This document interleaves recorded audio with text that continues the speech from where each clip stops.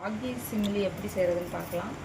தேவையான பொருள் ராகி, வெல்லம், எள்ளு, நிலக்கடலை, வறுத்து வச்ச நிலக்கடலை.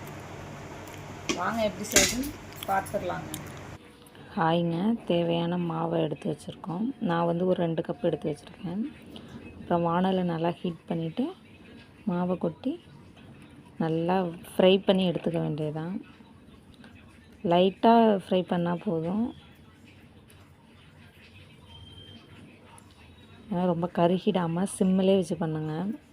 அதுக்கப்புறம் நம்ம வச்சுருக்கிற வேர்க்கடலையை வறுத்து எடுத்துக்கலாம். ஏற்கனவே வறுத்து அந்த தோலெல்லாம் நீக்கி எடுத்து வச்சுருந்தேன். அதெல்லாம் திரும்ப நம்ம எடுத்துக்க போகிறோம். இன்னொரு டைம் நல்லா வறுத்து எடுத்துக்கலாம். அப்போ தான் அரைப்படுறதுக்கு சட்டுன்னு அரைச்சிடலாம்.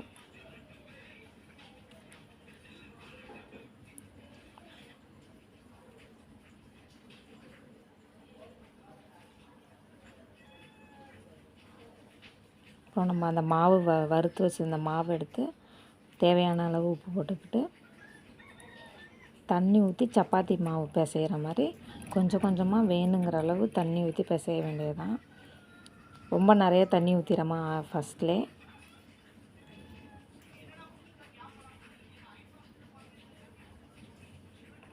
கொஞ்சம் கொஞ்சமாக நான் எப்படி ஊற்றி பிசைகிறோன்னு அது மாதிரி ஊற்றி பிசைஞ்சுக்கோங்க.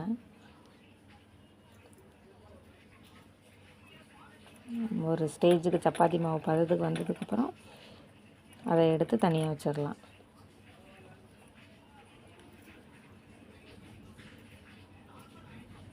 ஒரு 5 மினிட்ஸ் வந்து அப்படியே இருக்கட்டும். ரொம்ப நேரம் ஒரு 1 ஹவர் இப்படிலாம் இருக்க வேணாம். ஒரு 5 மினிட்ஸ் இருந்தால் போதும்.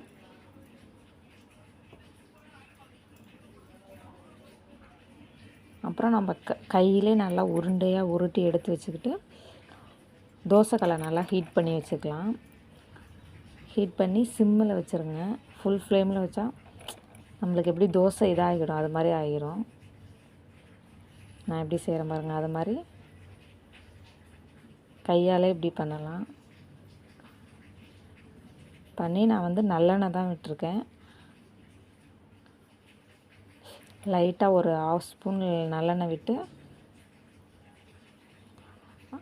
அது வேகிற வரைக்கும் கொஞ்சம் வெயிட் பண்ண வேண்டியதான்.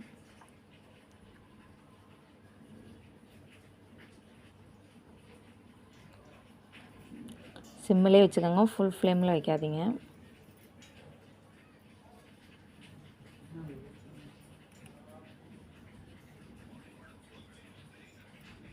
அவ்வளோதாங்க, திருப்பி போட்டாச்சு.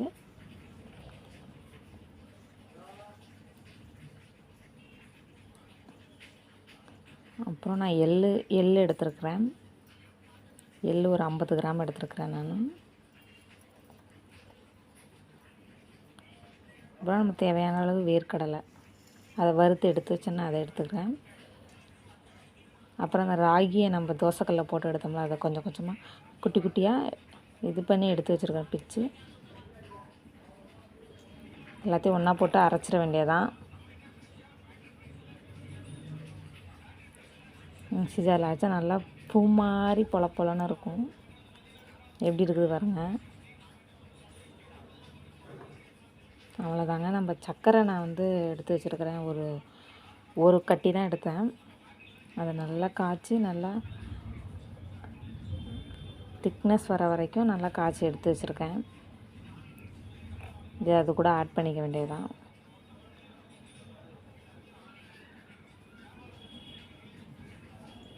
ரொம்ப சூடாக இருக்கும், பார்த்துக்கோங்க. உங்களுக்கு பார்த்துட்டு பேசுங்க.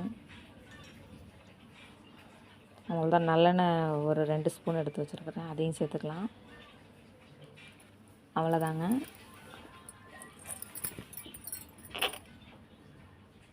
நான் சூடாக இருக்குங்கிறதுனால கரண்டியில் லேசாக கிளறி விட்டு அதுக்கப்புறம் உருண்டை மாதிரி பிடிச்சி வச்சுக்க வேண்டியதாங்க. இது எல்லாருமே சாப்பிடலாம். அந்தளவுக்கு ஒன்றும் ஸ்வீட் இருக்காது, நார்மலான ஸ்வீட்டாக தான் இருக்கும். இது செஞ்சு வச்சு ஒரு 1 வீக்லேயே சாப்பிட்டு முடிச்சிடணும். ஏன்னா நம்ம தண்ணி ஊற்றி பிசைஞ்சு அதை செய்கிறதுனால ரொம்ப நாளைக்கு இருக்காது. 1 வீக் வச்சுக்கலாம், 2 வீக். பாருங்கள், அவ்வளோதாங்க. சாப்பிட்டு பார்த்தோம், செம்ம டேஸ்ட்டாக இருந்தது. நீங்களும் செஞ்சு சாப்பிடுங்க. பிடிச்சிருந்தா லைக் பண்ணுங்கள், ஷேர் பண்ணுங்கள், கமெண்ட் பண்ணிடுங்க. மறக்காமல் சப்ஸ்கிரைப் பண்ணிவிடுங்க. பாய்.